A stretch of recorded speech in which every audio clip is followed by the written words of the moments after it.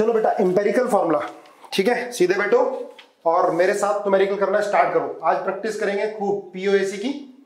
जिनको नहीं समझ में आया था आज पक्का समझ में आ जाएगा, ठीक है। और 2-3 क्वेश्चन करते हैं हम इंपेरिकल फार्मूला के, ठीक है। इंपेरिकल फार्मूला क्या होता है बेटा? इंपेरिकल फार्मूला होता है सिंपलेस्ट फार्मूला, ठीक है। एक आपको फार्मूला बताया था मैंने, vapour density is equal to molecular mass upon 2। और एक और फार्मूला बताया था, molecular formula is equal to N into empirical formula. लेकिन जब तक एप्लीकेशन नहीं होती तब तक क्लैरिटी नहीं आती है, ठीक है। तो चलो हम एक क्वेश्चन करते हैं, आप मेरे साथ साथ लिखो। ये परसेंटेज ऑफ कार्बन गिवन है बेटा, question based on empirical formula. Percentage of carbon है बेटा, नोट करो साथ साथ मेरे, 24.27। परसेंटेज ऑफ हाइड्रोजन गिवन है 4.07। परसेंटेज ऑफ क्लोरीन गिवन है 71.655%, है ना। दोबारा एक बार सुनो, परसेंटेज ऑफ कार्बन है बेटा 24.27%, परसेंटेज ऑफ हाइड्रोजन 4.07% है, और परसेंटेज ऑफ क्लोरीन गिवन है 71.65, ठीक है। और आपको find empirical formula, find empirical formula. और क्या गिवन है बेटा? मोलर मास, जो भी कंपाउंड आएगा उसका मोलर मास गिवन है 98.96 ग्राम। क्लियर है? अब मैंने एक फॉर्मूला बताया था आपको कि N is equal to molecular molar mass upon empirical formula mass, ठीक है। Molar mass upon empirical formula mass. ये N क्या होता है? इंटीजर। मॉलिक्यूलर फॉर्मूला फाइंड करने के लिए, और क्या बताया था? Molecular formula is equal to N into empirical formula, ठीक है। तो पहले हम क्या फाइंड करेंगे? इंपेरिकल फॉर्मूला फाइंड करेंगे। चलो एक बार कैलकुलेट करो, स्पीड से करो। इंपेरिकल फॉर्मूला फाइंड करेंगे, ठीक है। आंसर बताओ, इंपेरिकल फॉर्मूला क्या आएगा? परसेंटेज ऑफ कार्बन गिवन है, percentage of hydrogen, percentage of chlorine, है ना। इसके 2-3 क्वेश्चन करते हैं, जब ये पूरा क्लियर होगा तब आगे बढ़ेंगे। Very good. तो बेटा इंपेरिकल फॉर्मूला आया CH2Cl, बिल्कुल सही है, ठीक है। देखो इसमें हम टेबल बना लेते हैं बेटा। पहले ये यहां पर सिंबल लिख लो, जिनको समझ में नहीं आया था उनके लिए, बाकी ने तो बहुत पहले कर दिया। Carbon, hydrogen, chlorine. यहां परसेंटेज लिख लो, कार्बन की 24.27, 4.07 और ये 71.65। इसके बाद बेटा रिलेटिव मोल निकाल लेते हैं। मोल है ना, परसेंटेज अपॉन मॉलिक्यूलर मास, है ना। परसेंटेज इसको 24.7 ग्राम लिख सकते हैं, परसेंटेज अपॉन मोलर मास। तो क्या लिखोगे बेटा? 24.27 अपॉन 12, 4.07 अपॉन 1, 7.65 अपॉन 35.5, ठीक है। ये कितना आता है? ये आता है आपका 2.02, ये आता है 4.07, ठीक है। और नीचे वाला आता है आपका 2.02, ठीक है। अब क्या करते हैं इसके बाद, है ना, हम लिखते हैं सिंपलेस्ट रेशियो। तो सिंपलेस्ट रेशियो क्या होगा बेटा? जो सबसे छोटा होगा उसको सबसे डिवाइड कर दोगे। 2.02 अपॉन 2.02,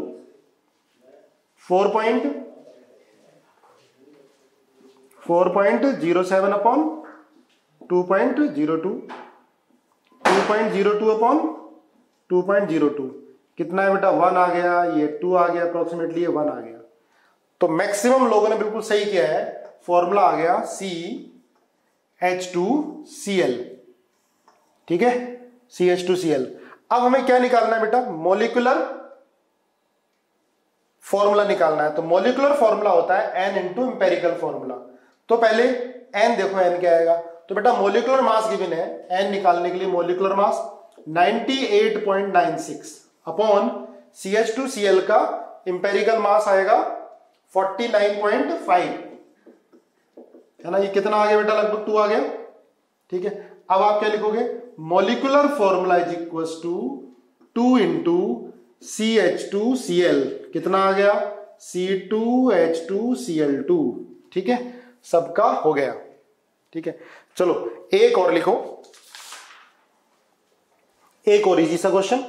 ठीक है, जब क्लियर हो जाएगा तब आगे बढ़ेंगे। चलो एक और लिखो बेटा, लिखो, मेरे साथ साथ करो और तुरंत आंसर देना है। 2.38 gram of uranium was heated, लिखो, 2.38 gram of uranium was heated strongly in a current of air, strongly in air, note किया। इसके बाद the resulting oxide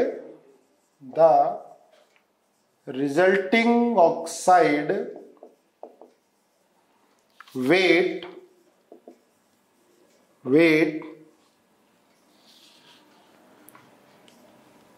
2.806 gram, 2.806 gram. Determine the empirical formula of oxide, आपको क्या निकालना है बेटा, empirical formula निकालना है। और यूरेनियम का एटॉमिक वेट होता है 238। ठीक है, आंसर बताओ जल्दी क्या आएगा। ठीक है, दोबारा सुन लो, है ना, राइटिंग कम समझ में आएगा, धीरे धीरे समझ में आएगा तुम्हें, राइटिंग में रहे ना। 2.38 gram of uranium was heated strongly in air, the resulting oxide weight इतना 2.86 पूरा ऑक्साइड का, यूरेनियम ऑक्साइड का वेट है, जिसमें 2.38 ग्राम किसका, यूरेनियम का। तो आप पहले क्या फाइंड करोगे बेटा, परसेंटेज फाइंड करोगे, है ना। यूरेनियम की परसेंटेज कितनी होगी इसमें और ऑक्सीजन की परसेंटेज कितनी आएगी। ठीक है, इसके बाद फिर पूरा मेथड अप्लाई करोगे।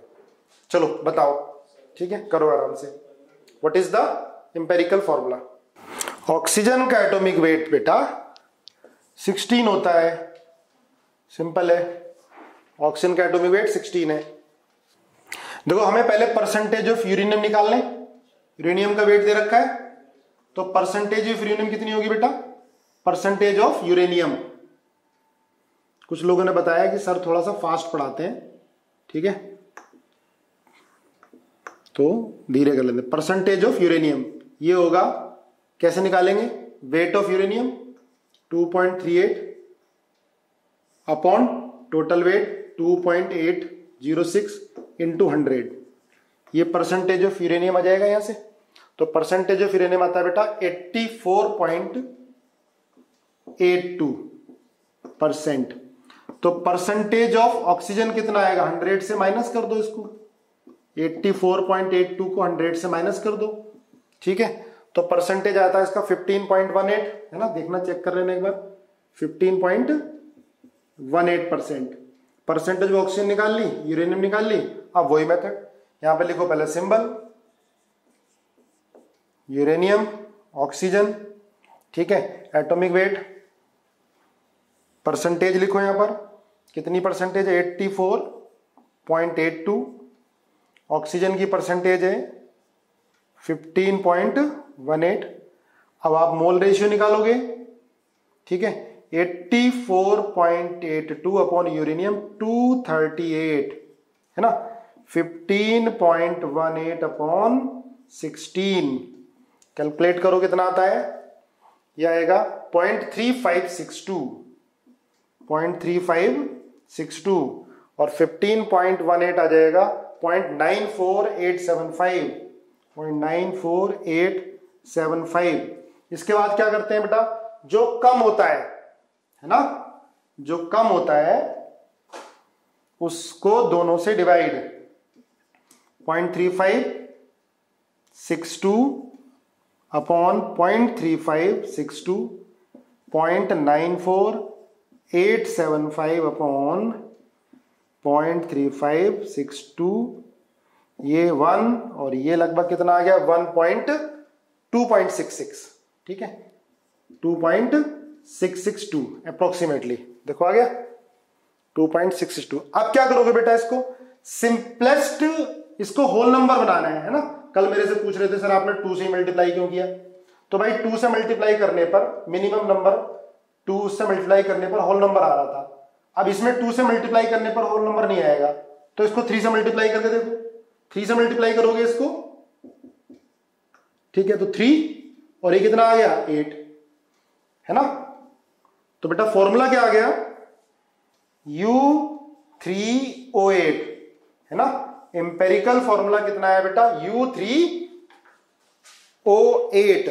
देखो क्लियर हुआ बेटा। पहले देखो ये वेट दे रखा था, यूरेनियम का वेट है, ये वेट किसका है, मेटल ऑक्साइड का वेट है पूरा, दोनों का मिला के। तो हमने पहले परसेंटेज ऑफ यूरेनियम फाइंड कर ली, weight of uranium upon total weight, ये परसेंटेज आ गई, है ना।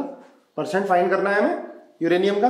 अब ऑक्सीजन की परसेंटेज कितनी होगी बेटा, यूरेनियम ऑक्साइड टोटल दे रखा था, तो आप क्या करोगे 100 में से ये माइनस करो तो परसेंटेज ऑफ ऑक्सीजन आ जाएगा।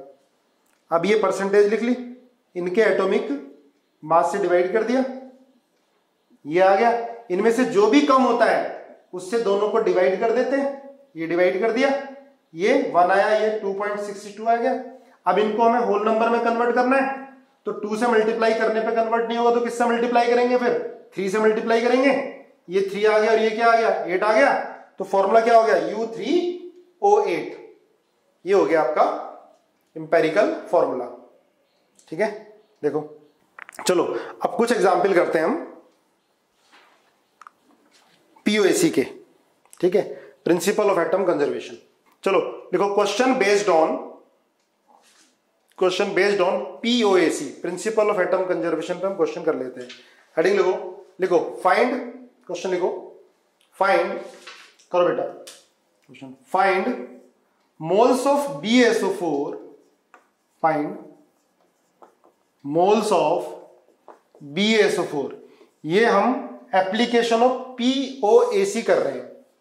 मैंने आपको बताया था बेटा प्रिंसिपल ऑफ एटम कंजर्वेशन कब अप्लाई करना है, जब रिएक्शन बैलेंस ना हो, आप रिएक्शन को बैलेंस ना कर पाओ, ठीक है, कॉम्प्लिकेटेड रिएक्शन हो, रिएक्शन कई स्टेप में कंप्लीट हो रही हो, ठीक है, तो हम पीओएसी लगा सकते हैं, ठीक है। बहुत बड़े क्वेश्चन बड़ी आसानी से हो जाते हैं, है ना। जैसे क्वेश्चन देखो, फाइंड मोल्स ऑफ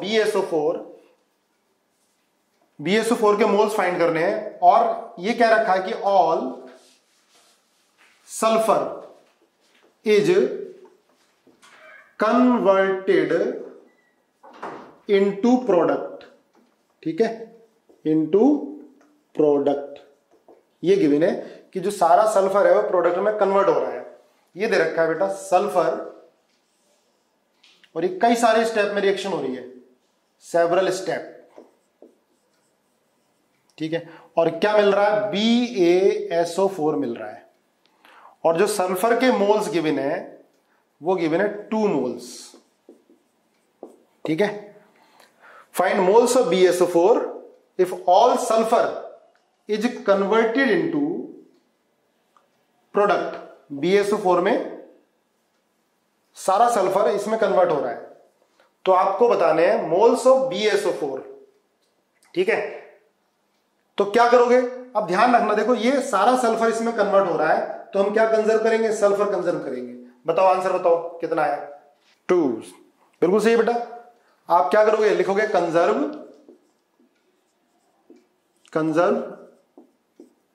पीओएसी लगाओ आप सल्फर एटम से, सल्फर एटम, ठीक है।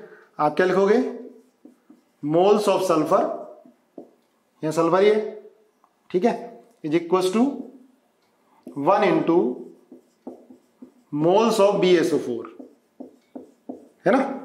कितने मोल्स गिवन है इसके, 2 मोल्स गिवन है, ठीक है, 1 इंटू मोल्स ऑफ BaSO4। देखो मैक्स सब नहीं कर दिया है एक ही लाइन में, तो मोल्स ऑफ BaSO4 कितने आ गए, 2 आ गए, है ना। Moles of BaSO4 2 direct. एक क्वेश्चन और लिखो इजी सा, लिखो ये है AX BY और CZ, साथ साथ लिखो मेरे, AX By और Cz ये कन्वर्ट हो रहा है बेटा A2B3 प्लस A3C। इसके मोल्स हैं N1 गिवन है, इसके N2 गिवन है और इसके N3 गिवन है। AX BY CZ के मोल्स N1 है, A2 B3 के मोल्स N2 हैं और A3C के मोल्स N3 है। तो फाइंड द रिलेशन बिटवीन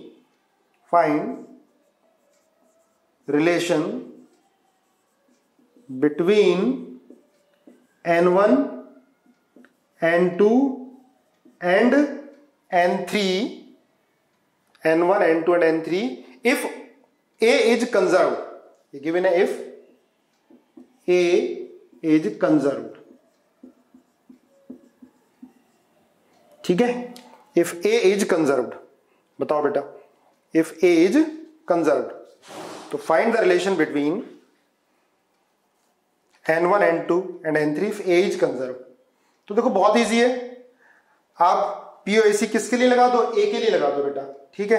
देखो यहां पर A कितने हैं X, तो आप क्या लिखोगे X into moles of AX BY CZ, X into moles of, ठीक है बेटा। इसमें हम क्या करेंगे, A कंजर्व कराना है, गिवन है, दे रखा है, और N1 N2 N3 में रिलेशन, तो क्या लिखोगे X into mole of AX BY, फिर क्या लिखोगे इसमें, ये 2 इंटू है ना, 2 है इसमें, into mole of A2 B3, ठीक है, प्लस यहां भी है 3 इंटू मोल ऑफ A3C, है ना, कर लिया होगा आपने। तो ये होगा X into N1 is equal to 2 into N2 plus 3 into N3, है ना, ये रिलेशन आ जाएगा।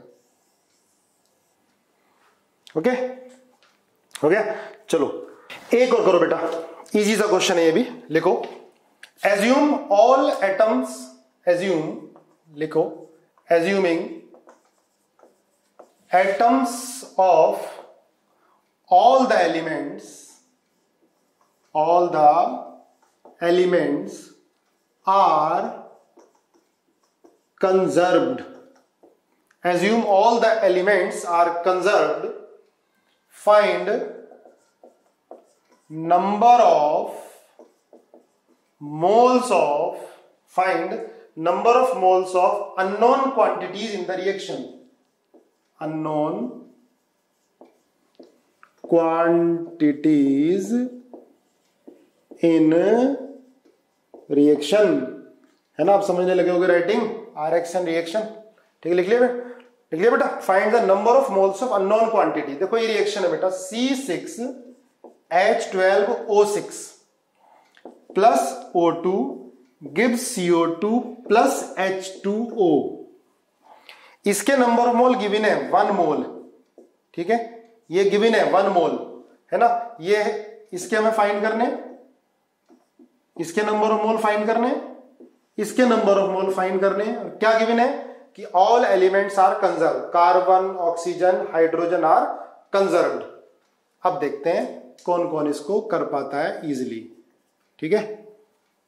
चलो बताओ, अब आप देखो क्या करोगे इसमें बेटा, पहले करवाओ POAC फॉर कार्बन लगाओ, है ना, अप्लाई। देखो जिनको नहीं हुआ है बता रहा हूं उसके लिए, अप्लाई POAC फॉर कार्बन, है ना। कार्बन के लिए आप POAC लगाओ।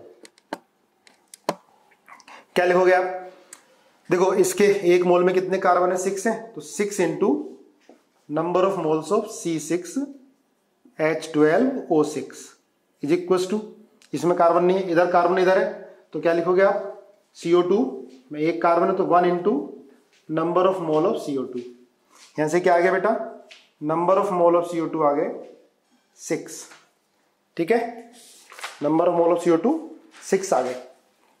अब देखो इधर, अब इसमें अप्लाई POAC फॉर हाइड्रोजन, है ना, हाइड्रोजन लगा देते हैं। अब देखो इसमें कितने हाइड्रोजन है बेटा, 12, ठीक है। अच्छा देखो इसका तो मोल 1 कितना था ना, हमने 1 रख दिया था, number of mole of CO2 कितने आ गए, 6 आ गए। हाइड्रोजन तो आप लिखोगे 12 into number of mole of C6H12O6 is equal to, इसमें कितना हाइड्रोजन है 2, तो 2 into number of moles of H2O। ठीक है, तो number of moles of H2O कितने आ गए 6, सबका सही आया। ओके, अब इधर देखो,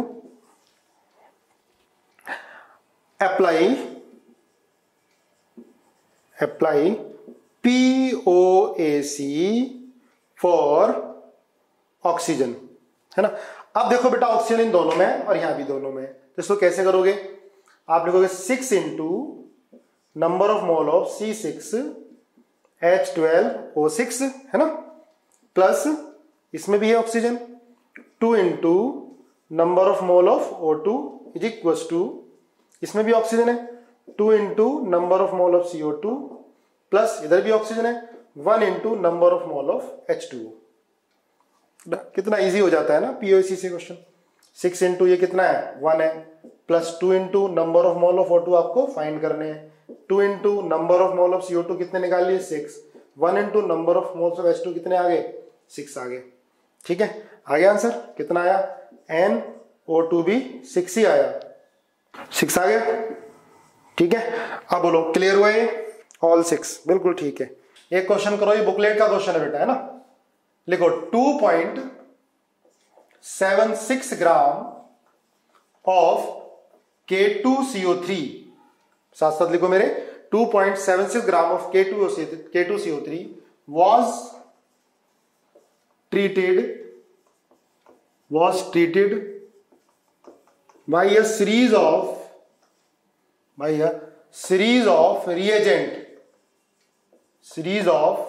reagent, है ना, लिखो साथ साथ, series of reagent so as to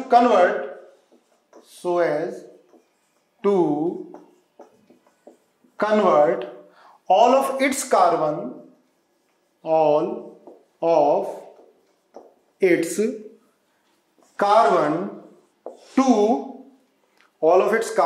to K2ZN2 FeCN का होल 6, इसका होल ट्वाइस। ठीक है, और देखो मॉलिक्यूलर वेट K2CO3 का मैं बता देता हूं, ये होगा 138 मॉलिक्यूलर वेट ऑफ K2CO3, और molecular weight of this compound, है ना, इसका मॉलिक्यूलर वेट 698। ठीक है, दोबारा क्वेश्चन देख लो, 2.76 ग्राम K2CO3 was treated by a series of reagent so as to convert all of its carbon to K2ZN FeCN का whole 6, इसका होल ट्वाइस। इसका मॉलिक्यूलर वेट बेटा 698 है, और मॉलिक्यूलर वेट ऑफ K2CO3 138 है। इसको आप बताओ आंसर कितना आएगा। ठीक है, कैलकुलेट करके बताओ व्हाट इज द आंसर। इसमें निकालना बेटा वेट ऑफ, देखो calculate the weight of product, जो बताया नहीं, कैलकुलेट वेट ऑफ प्रोडक्ट, है ना, प्रोडक्ट क्या है ये, इसका वेट फाइंड करना है। ओके, K2CO3 है, सीरीज ऑफ रिएजेंट से रिएक्शन कराई जा रही है, कई सारे स्टेप में रिएक्शन होगी, फाइनली ये कंपाउंड बन गया और सारे कार्बन जो इधर थे वो इसके अंदर आ गए।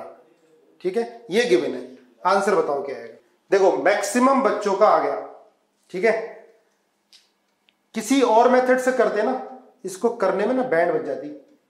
POAC से करेंगे, देखो K2CO3 सेवरल स्टेप,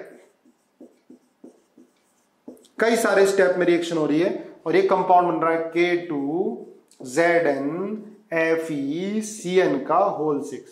अब क्या करोगे, देखो इसने दे रखा है all carbon converted to this compound, इस कंपाउंड में सारे कार्बन आ रहे हैं, convert all of its carbon to this. तो क्या लिखोगे आप, conserve K atom, apply POAC for K atom. तो क्या लिखोगे आप, 2 into moles of K2CO3 is equal to, यहां पर देखो कार्बन कितने ट्वाइस है बेटा, यहां कार्बन कितने, 6 इंटू 2, 6 कार्बन, ये ब्रैकेट के बाहर है, इंटू 2 तो 12 हो गया बेटा। 12 into moles of this compound, moles of product. अब क्या लिखोगे आप, 2 into moles given weight upon molecular wait है ना, weight of K2CO3 upon molecular weight of K2CO3, clear है। 12 इंटू मोल्स ऑफ कंपाउंड, क्या लिखोगे बेटा, वेट ऑफ कंपाउंड। देखो बहुत बड़ा क्वेश्चन है देखने में, पर कितना, सिर्फ 2 ही स्टेप में हो गया, weight of compound upon molecular weight of compound. 2 into इसका वेट गिवन है K2CO3 का 2.76, मॉलिक्यूलर मास कितना है 138, is equal to 12 into weight of compound कितना है हमको फाइंड करना है, और मॉलिक्यूलर मास कितना है कंपाउंड का 698 है। ठीक है, मैक्सिमम बच्चों का बिल्कुल सही है, 11.26 या 6 के लगभग आया है ना। ये गलत कर दिया मैंने बेटा, कार्बन कंजर्व करेंगे। हाँ हाँ, okay okay okay, conserve carbon, तो ये 1 आ जाएगा। ठीक है, गुड, सॉरी तो 1 इंटू यहां पर हमने कार्बन कंजर्व किया है। ठीक है, तो कार्बन ही कंजर्व करेंगे, है ना, मैंने गलती कर दी थी, आप लोगों ने बिल्कुल सही किया है। तो वेट कितना आ गया बेटा, 11.6 आ गया। ठीक है, समझ में आया ये, लिखो। ये बताओ KClO3 KCl, ये मैंने पहले क्वेश्चन कराया हुआ है यूनिटरी मेथड से। ठीक है, अब आपको POAC से करना है। इसका वेट दे रखा है 367.5 ग्राम, 367.5 ग्राम। POAC से क्वेश्चन करना है। ठीक है, मान लिया आपको बैलेंस करनी नहीं आती reaction, calculate weight of KCl and volume of O2 at NTP। ठीक है, volume of O2 at NTP। POAC से इसको सॉल्व करो, जल्दी करो फटाफट। क्या आंसर है बेटा, calculate weight of KCl and volume of O2 at NTP। Check करते हैं वॉल्यूम कितना है बताओ O2 का, चलो चेक कर लेते हैं। पहले आप क्या करो, हमें KCl निकालना है, तो इसमें कंजर्व K एटम है ना, कंजर्व K एटम देख लो, जिसको समझ में नहीं आया ध्यान से देखो। कंजर्व K एटम, KClO3 एक K एटम है तो 1 into mole of KClO3 is equal to 1 into mole of KCl। ऐसे नहीं कि हर क्वेश्चन में आप POAC अप्लाई करने लगो कि ये तो बहुत आसान मेथड है, आसान से हो रहा है, आप यूनिटरी मेथड ही अप्लाई करो, है ना, हैबिट नहीं डालने का इसके। हाँ, जब क्वेश्चन ऐसा हो जो हमको बैलेंस ही नहीं हो रहा हो, है ना, काफी बड़ी रिएक्शन हो, काफी सारे स्टेप में हो रही हो, तब आप POAC अप्लाई करो। ये नहीं कि हर क्वेश्चन में, छोटे से क्वेश्चन में POAC अप्लाई कर लिया। अरे जिसमें आराम से कैलकुलेट कर सकते हो, बैलेंस कर सकते हो, तो आप बेसिक मेथड से करो।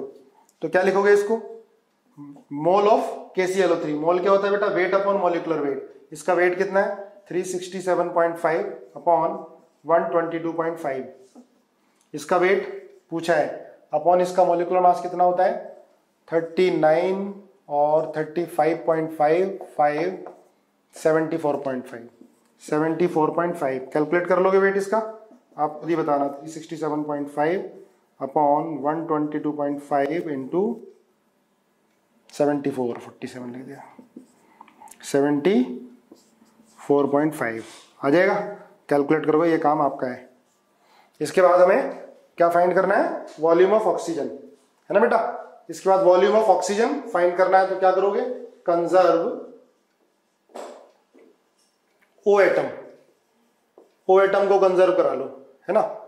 तो 3 इंटू ये लिखोगे आप mole of KClO3 is equal to 2 into mole of O2, 3 into mole of KClO3, weight upon molecular weight, क्योंकि वेट गिवन है इसका, weight upon molecular weight 367.5 upon 122.5 is equal to 2 into. अब देखो इसका वॉल्यूम पूछा है, मैंने आपको फॉर्मूला बताया है, अगर गैस है हमें मोल फाइंड करने हैं तो गिवन वॉल्यूम अपॉन 22.4 लीटर, अगर लीटर में है तो वॉल्यूम फाइंड करना है अपॉन 22.4 लीटर। यहां से वॉल्यूम आ जाएगा बेटा, ठीक है। जो भी आए आंसर आप देखोगे अपने आप, ठीक है। ये था पीओएसी की एप्लीकेशन। हेडिंग डालो नेक्स्ट टॉपिक, बहुत इजी है अब आगे, ठीक है। Concentration term, concentration terms. अब हमें कंसंट्रेशन पढ़नी है सॉल्यूशन की, ठीक है। कंसंट्रेशन टर्म, ठीक है, इजी टॉपिक है, क्वेश्चन काफी आते हैं इसमें। बेटा सबसे पहले लिखो आप percentage weight by wait, percentage weight by wait concentration term, या लिख सकते हैं methods for expressing the concentration of solution. तो हम मेथड पढ़ रहे हैं एक एक करके, ठीक है। तो पहला मेथड आता है परसेंटेज वेट बाई वेट। ये क्या होता है बेटा, weight of solute upon weight of solution into 100। अब सॉल्यूट और सॉल्वेंट के बारे में आपने सबने 9th 10th में पढ़ा है, लेकिन फिर भी मैं बताता हूं। देखो सॉल्यूशन दो पार्ट से मिलके बनता है, सॉल्यूट प्लस सॉल्वेंट। ये क्या हो गया, सॉल्यूशन। सॉल्यूशन दो पार्ट से मिलके बनता है, सॉल्यूट और सॉल्वेंट। सॉल्यूट क्या होता है बेटा, जिसको डिसॉल्व करते हैं, और सॉल्वेंट क्या होता है, जिसके अंदर डिसॉल्व करते हैं। जैसे शुगर इन वाटर, तो शुगर क्या हो गया, सॉल्यूट, और वाटर क्या हो गया, सॉल्वेंट, ठीक है। सॉल्यूट जनरली लेस क्वांटिटी में होगा, सॉल्वेंट जनरली लार्ज क्वांटिटी में होगा, ठीक है। तो सॉल्यूशन दो पार्ट से मिलकर बनता है, सॉल्यूट और सॉल्वेंट, जिसको डिसॉल्व कर सकते हैं, करते हैं। देखो इसकी जो करेक्ट डेफिनेशन है, जो डिसॉल्व होगा वो क्या होगा, सॉल्यूट, और जिसके अंदर डिसॉल्व होगा वो होगा सॉल्वेंट। जनरली सॉल्यूट क्या होता है, कम क्वांटिटी में, और सॉल्वेंट ज्यादा क्वांटिटी में। मैंने जनरली बोला है, इसका मतलब कोई ना कोई एग्जाम्पल ऐसे भी होंगे जिसमें सॉल्यूट ज्यादा क्वांटिटी में भी हो। तो एग्जैक्ट डेफिनेशन क्या होती है सॉल्यूट की, जिसको डिसॉल्व किया जाता है वो क्या होता है, सॉल्यूट। जिसमें डिसॉल्व करते हैं वो होता है सॉल्वेंट। हमने शायद 9th 10th में पढ़ ली होगी, जो कम क्वांटिटी में है वो सॉल्यूट है, जो ज्यादा क्वांटिटी में है वो सॉल्वेंट है। Generally most of the cases में सही है, पर हमेशा ये बात ट्रू नहीं है। ट्रू क्या है, देखो जो फेस सॉल्वेंट की होगी वही फेस सॉल्यूशन की होगी। अब फेस क्या है, ठीक है, जैसे सॉल्वेंट, हम शुगर इन वाटर, ठीक है, शुगर इन वाटर, तो वाटर क्या है बेटा, लिक्विड फेस में है ना, और शुगर किस में है, सॉलिड में है। लेकिन डिसॉल्व करने के बाद क्या बन गया, ये सॉल्यूशन बन गया। इसकी फेस क्या होगी, लिक्विड फेस होगी। तो हम कह सकते हैं कि सॉल्वेंट क्या होगा, सॉल्वेंट वो है जिसकी फेस और सॉल्यूशन की फेस सेम हो। This is the correct definition of solvent. Solvent क्या है, सॉल्वेंट की फेस और सॉल्यूशन की फेस सेम होगी। क्लियर है बेटा। जनरली हम बोल सकते हैं कि सॉल्यूट जो कम क्वांटिटी में होता है वो सॉल्यूट होता है, जो ज्यादा क्वांटिटी में होता है वो सॉल्वेंट होता है। और इसकी डेफिनेशन और रिफाइंड डेफिनेशन, सॉल्यूट क्या है जिसको डिसॉल्व करेंगे, सॉल्वेंट क्या है जिसमें डिसॉल्व किया जाएगा, ठीक है।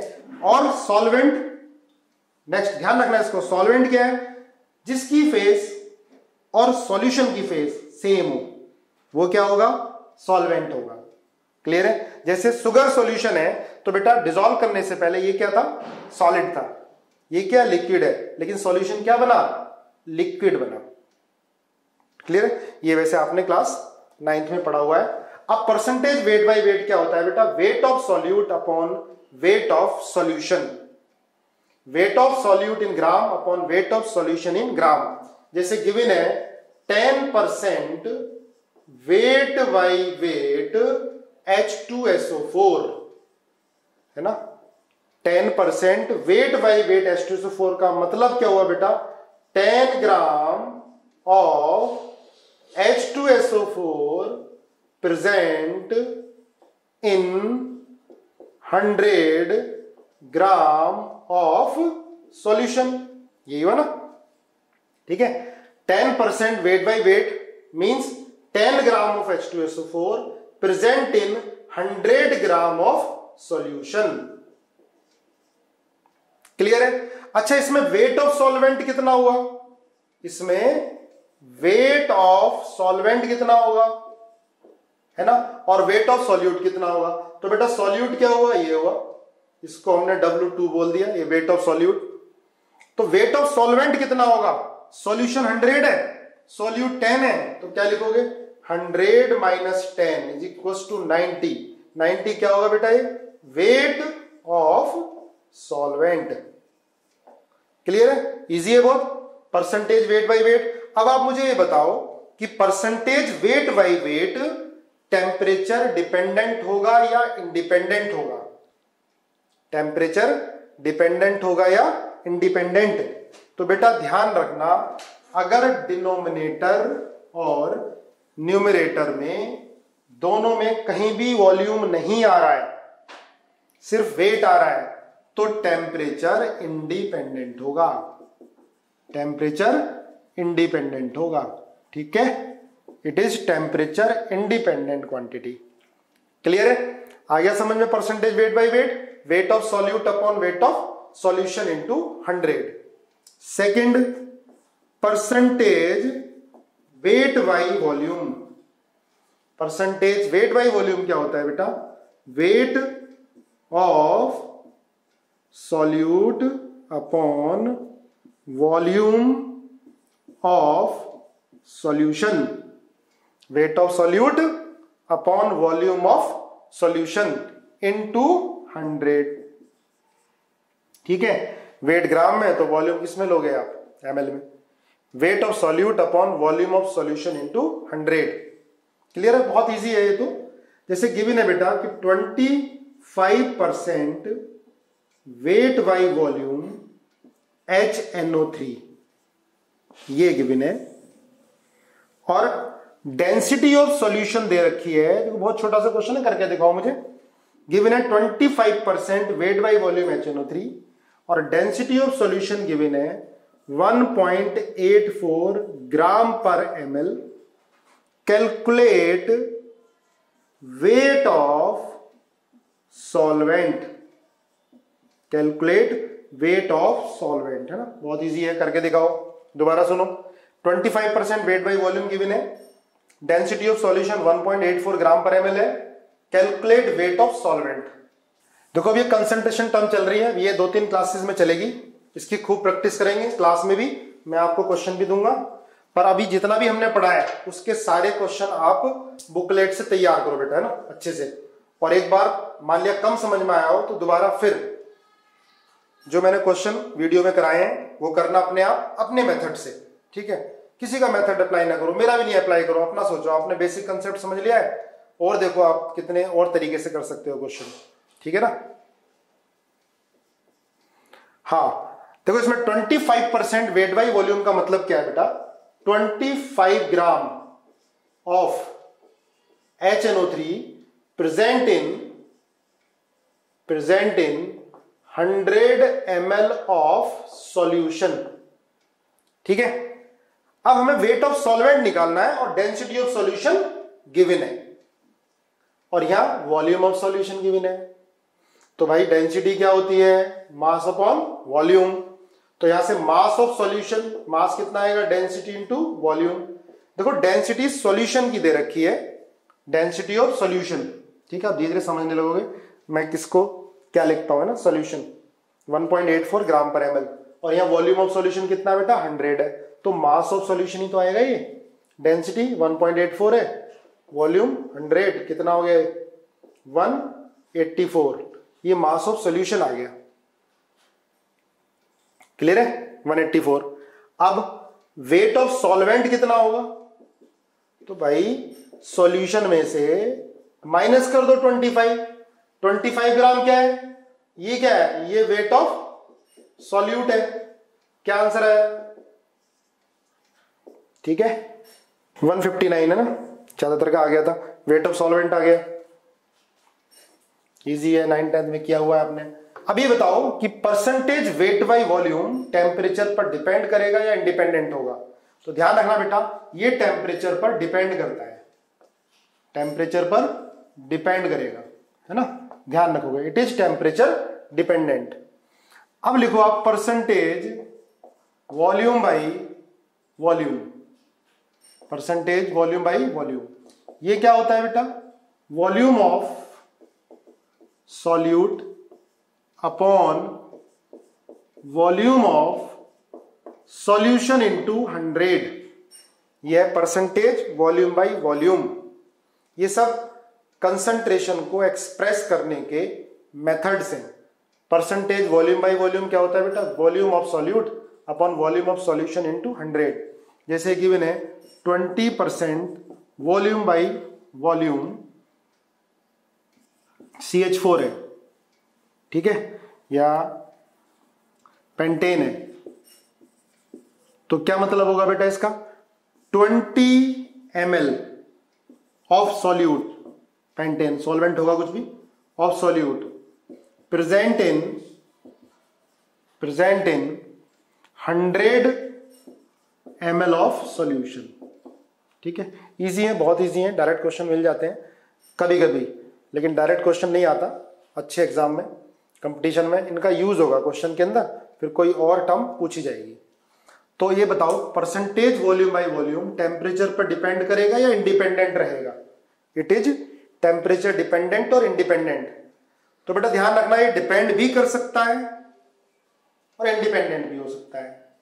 अगर टेम्परेचर बढ़ाने पर दोनों का वॉल्यूम अलग अलग एक्सपेंड हो रहा है, देखो टेम्परेचर इंक्रीज करते हैं तो वॉल्यूम एक्सपेंड होता है, अगर अलग अलग एक्सपेंड हो रहा है, परसेंटेज अलग अलग एक्सपेंड होने की, इसका कम हो रहा है इसका ज्यादा हो रहा है, तो टेम्परेचर पर डिपेंड करेगा।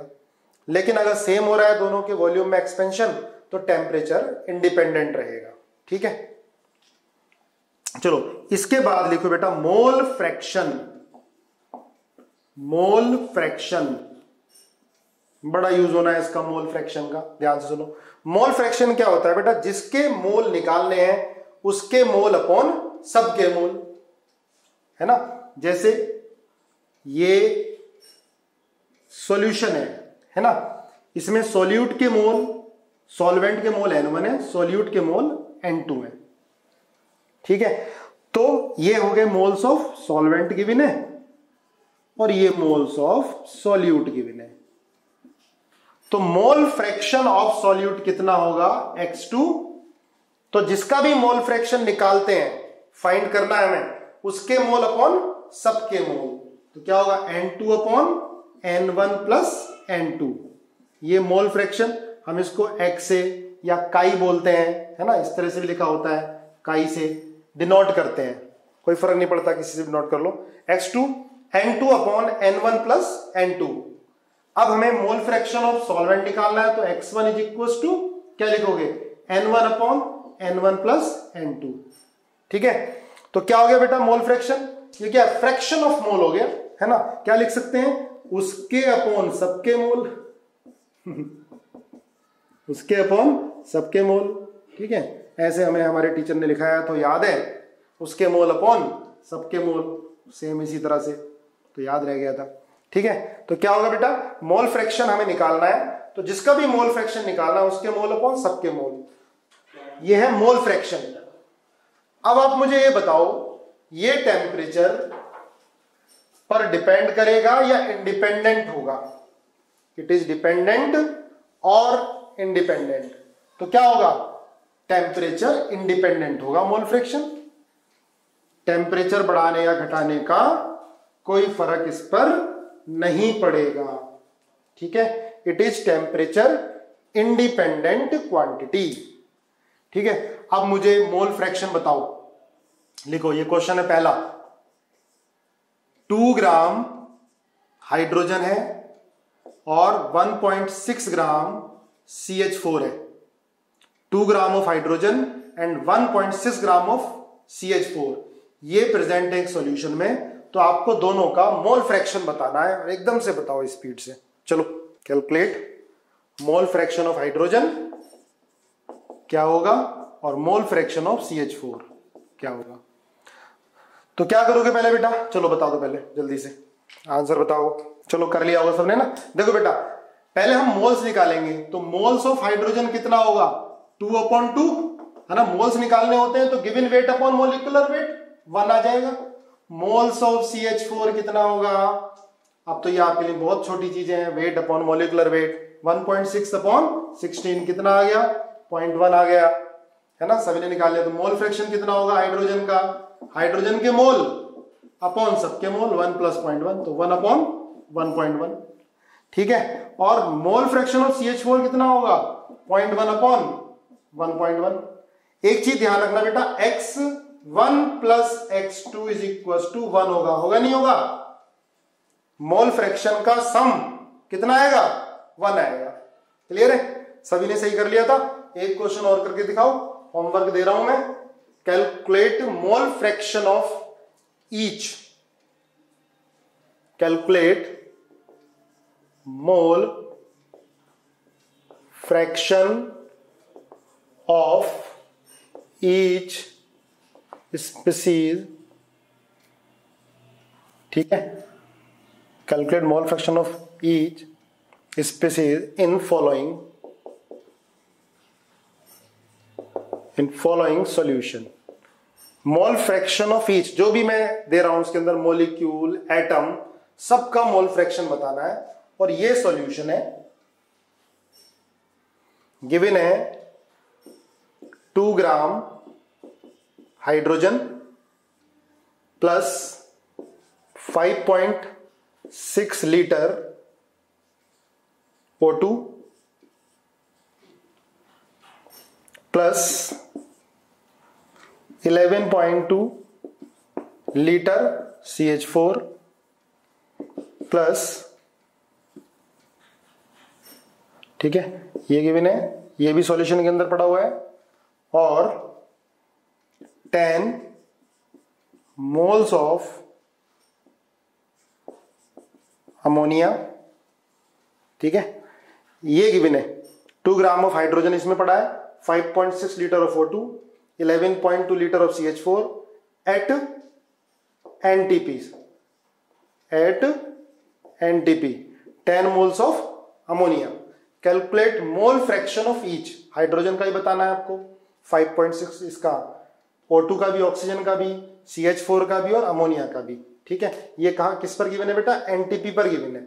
तो आपको पता है अगर वॉल्यूम गिवन हो तो मोल कैसे निकालते हैं, given volume upon 22.4 litre NTP पर, ठीक है। चलो आज क्लास यहां पर ही रोकते हैं, ठीक है।